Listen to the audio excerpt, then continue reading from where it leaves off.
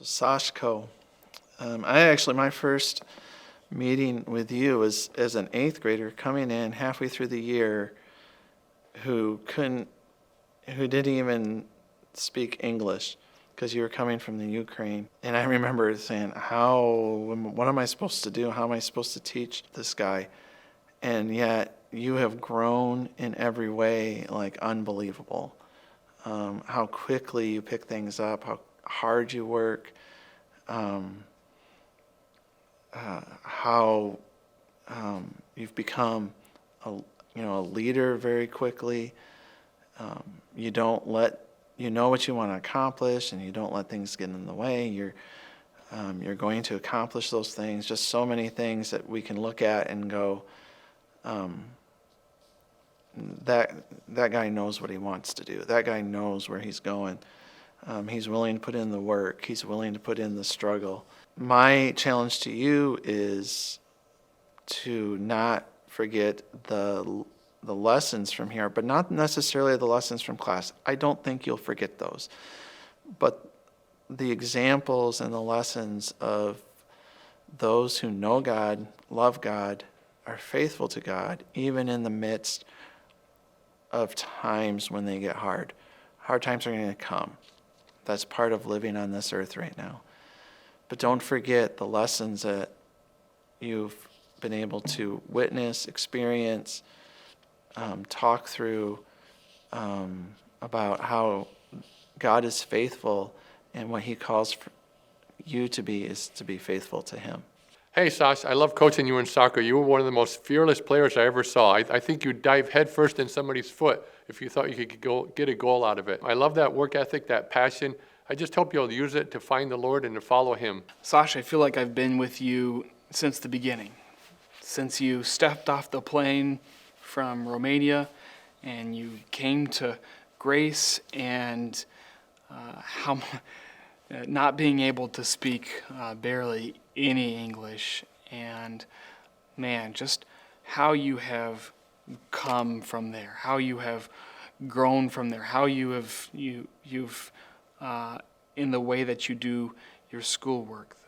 At first, really not caring, really not wanting to put forward your best, and now to the point where I want to do that because it's something that I want to do, and applying yourself to things that are hard. Sash, I know that you're not perfect at that, but just the amount of growth that you have come through in your time here at Grace has been amazing to be a part of, and amazing to be able to support you and work with you all the way through high school.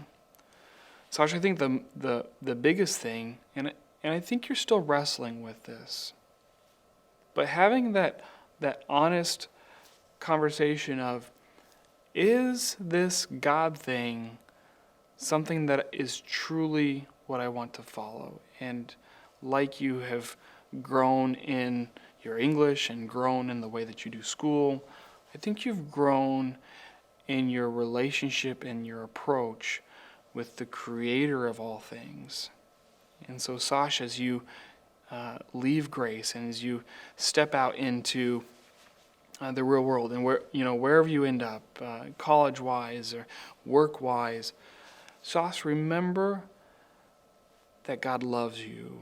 Remember that God had a very specific plan and has a mighty ministry for you with what you have gone through, what you have worked through, what you have persevered through. You have an ability to speak to situations that I can't, that others can't. But God is going to use you in a mighty way. And I encourage you, challenge you, hold fast to what you know is true. You have this ability that whenever I look at you, you think that I'm going to say something that's going to get you into trouble, or you just smile and you follow it up with Mrs. Erickson, and I haven't even said anything yet. You have the ability to connect well with other people. Again, you are such a gifted human being in this fun, playful, friend in so many people's lives. But I've really seen this maturity come forth this year in terms of trying to reach toward God, because you know that that's what life is all about. Life after high school is going to tempt you to do the opposite. Continue to follow your parents' guidance. Continue to follow the truth that you've been given while at Grace. And God's going to continue to use that inviting, friendly, fun personality that you have to bless the lives of other people. Just make sure that you continue chasing after God as well.